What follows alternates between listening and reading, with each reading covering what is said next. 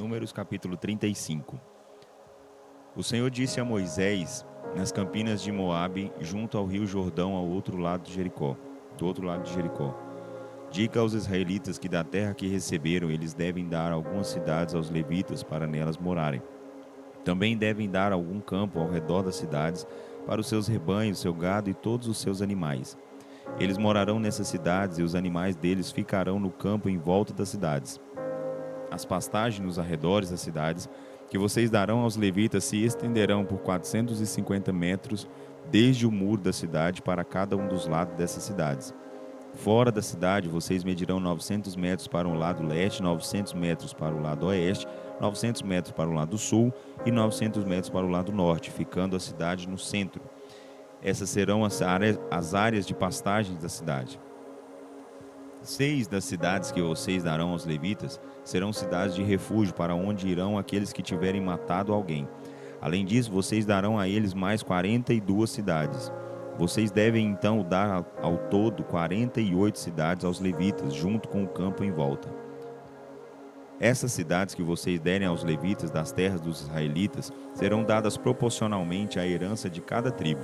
As tribos que tiverem muitas cidades darão mais cidades, e as tribos que tiverem poucas cidades darão menos cidade aos levitas. E o Senhor disse a Moisés: diga aos israelitas que quando atravessarem o rio Jordão e entrarem na terra de Canaã, devem escolher quais serão as cidades de refúgio para onde poderá fugir a pessoa que matar alguém involuntariamente. Essas cidades servirão para proteger a pessoa que tiver matado alguém involuntariamente dos parentes da vítima que quiserem se vingar, até que o povo julgue se o homicida é culpado ou não. Serão 6 as cidades que vocês darão por cidades de refúgio, das quais 3 cidades de refúgio ficarão no lado de cá do rio Jordão e 3 na terra de Canaã. Estas 6 cidades serão um lugar de refúgio para os israelitas, para os estrangeiros que moram no meio de vocês e para os estrangeiros que estiverem de passagem pelo país, para que ali se refugie o homicida e que matar alguém involuntariamente. Mas se alguém ferir alguma pessoa com um pedaço de ferro e esta pessoa morrer, ele é homicida e terá de morrer. Ou, se ele a ferir com uma pedra que possa causar a morte e a pessoa morrer, ele é homicida e terá de morrer. Ou, se ele a ferir com um pedaço de madeira que possa causar a morte e a pessoa morrer, ele é homicida e terá de morrer. O vingador da vítima matará o homicida quando encontrar essa pessoa.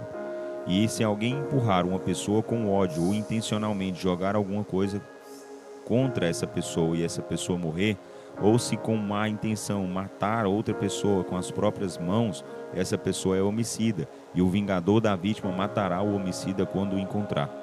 Mas se empurrar uma pessoa sem ódio, ou empurrar uma pessoa, ou então atirar alguma coisa contra ela involuntariamente, ou ainda se deixar cair involuntariamente alguma pedra sobre ela que possa matá-la, e a pessoa morrer não sendo sua inimiga, e quem matou não fez isso de propósito, então a comunidade julgará entre ele e o vingador da vítima de acordo com essas leis.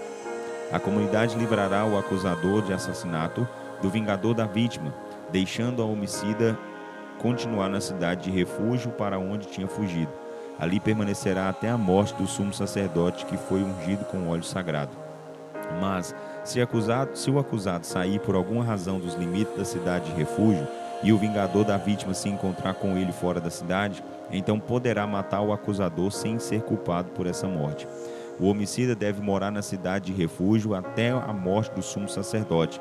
Somente depois da morte do sumo sacerdote, o homicida voltará à sua propriedade. Essas leis são permanentes para as gerações futuras, em qualquer lugar que vocês morarem. Todo aquele que matar uma pessoa terá de ser morto como homicida se houver 2 ou mais testemunhas. Nenhuma pessoa morrerá se houver apenas uma testemunha contra ela. Vocês não devem aceitar dinheiro para proteger a vida de uma pessoa que é culpada da morte de alguém, pois essa pessoa deverá morrer. Também não aceitem dinheiro daquele que mora na cidade de refúgio para voltar à sua própria terra antes da morte do sumo sacerdote. Não profanem a terra onde vocês estão. O derramamento de sangue profana a terra, e a única maneira de fazer a cerimônia para a purificação da terra onde alguém foi morto é por meio do sangue de quem o derramou. Por isso, vocês não devem contaminar a terra onde habitam e no meio da qual eu habito. Eu, o Senhor, habito no meio dos israelitas. Números capítulo 36. Então vieram os chefes de famílias dos grupos de famílias de Gileade, filho de Maqui, que é filho de Manassés, que pertenciam aos grupos de famílias dos descendentes de José, e foram falar com Moisés e com os líderes da tribo de Israel. E disseram: O Senhor ordenou ao meu senhor por meio de um sorteio para dar a esta terra como herança aos israelitas e para dar a parte da herança de nosso irmão Zelofeade às suas filhas. Mas se elas se casarem com homens de outras tribos israelitas, as propriedades delas deixarão de pertencer à nossa tribo e pertencerão à tribo daqueles com quem elas se casaram.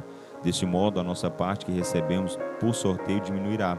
Porém, quando chegar o ano do jubileu para os israelitas, a herança delas será acrescentada definitivamente à tribo daqueles com quem elas se casarem, e a propriedade delas será tirada da herança da tribo de seus pais.